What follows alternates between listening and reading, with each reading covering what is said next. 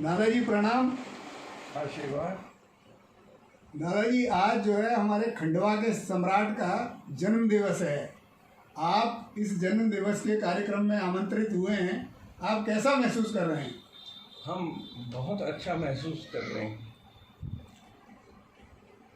आपकी दादाजी इतनी आयु है, इतनी आयु में भी आप इतने एनर्जेटिक कैसे दिखाई दे रहे हैं? हम लोग तो ये सोच रहे थे कि दादाजी का इंटरव्यू लेने जा रहे हैं, पता नहीं कौन से बूढ़े दादाजी हैं। आप तो कहीं दिखते ही नहीं है कि आप इतने बुजुर्ग हैं। आपकी आयु कितनी है दादाजी? I have seen only 91 बसंत। बड़ी आश्चर्य की बात है साहब, हम लोग तो अभी से ऐसा महसूस करते हैं कि पता नहीं कितने बूढ़े हो गए हैं। आज की पीढ़ी को दादाजी आप क्या संदेश देना चाहते हैं? आज की पीढ़ी के लिए जो संदेश है वो इस प्रकार से है कि अपने पूर्ण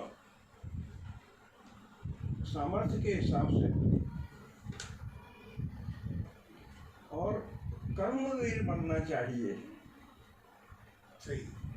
केवल आप यदि ऋषि मुनियों के भी उसमें जाएंगे तो उनके बड़े बड़े वेदांत और ये न और अपने यानी उपनिषद और इतने वो हैं और ऐसे ऐसे पढ़े हैं कि जिसका यानी अंत नहीं है। और दूसरे देश जैसे जर्मनी, तो वो हमारे वेदों का समीक्षा कर रहे हैं, हमारे वेदों की। तो इस कारण से हमारी इस पीढ़ी के लिए जो आवश्यक है वो ये है कि ज्ञान तो प्राप्त करना जरूरी है, लेकिन वो केवल सर्टिफिकेट का ज्ञान नहीं होना चाहिए। वो ये है, उसका भी महत्व है, लेकिन असली चीज़ जो है वो ये है कि आज की पीढ़ी में जो मैं समझता हूँ वो सबसे ये है कि हर बच्चे को वो उसकी सामर्थ्य के हिसाब से कर्मवीर होना चाहिए। दादाजी आपने बहुत सही बातें बताई हैं। हम आपसे निवेदन करते हैं कि हमारे न्यूयॉर्क टाइम्स के जो रीडर्स हैं, ऑडियंस हैं, उन्हें आप हमारे भारतीय वाङ्मय, गीता इत्यादि, उपनिषद इत्यादि ग्रंथों के बारे में कुछ संक्षिप्त में परिचय दें।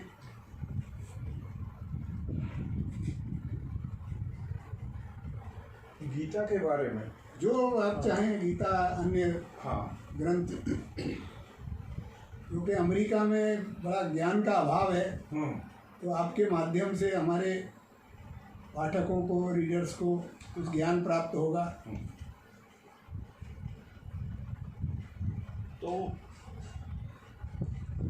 विदेशों में एक खास बात ये देखी गई है कि बहुत ही भौतिकता के पीछे बिल्कुल भाग रहे हैं, पड़े हुए हैं, लेकिन विश्व कल्याण के लिए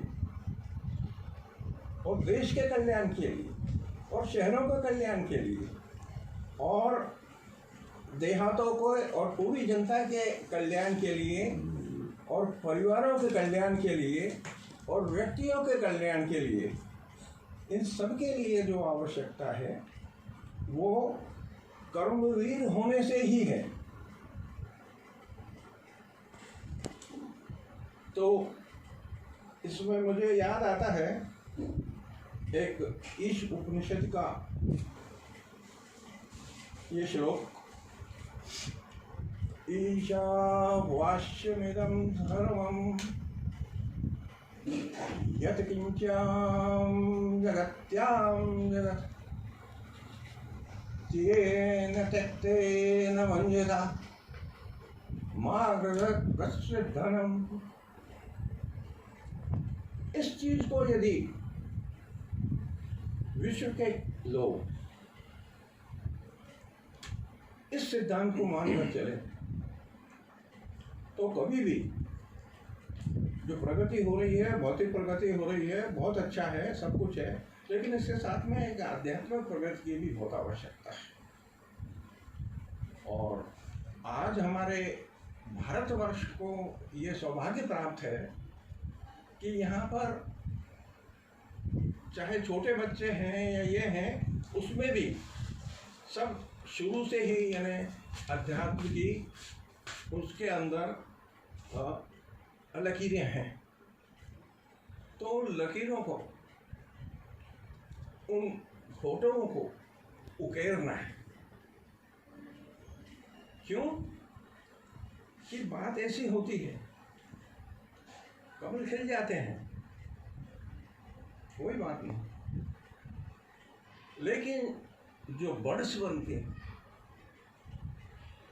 वो बर्ड्स जब पल्लवित होती हैं, खुलती हैं, तो अपनी सुगंध वो पूरे विश्व में फैला देती हैं।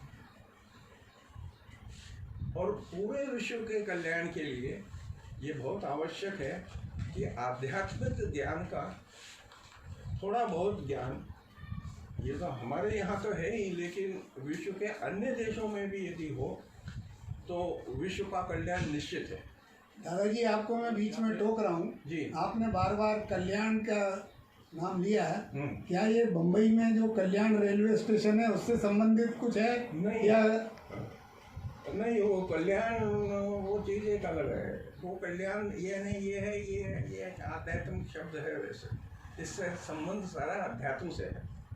हम लोग क्या न्यूयॉर्क के, हम लोगों का ज्ञान कम है। हाँ, इसलिए माफ़ करें, मैंने ये मुझे पूछना पड़ा। नहीं, कोई बात नहीं। और हमारी अमेरिका की नई पीढ़ी को कोई संदेश आप देना चाहेंगे?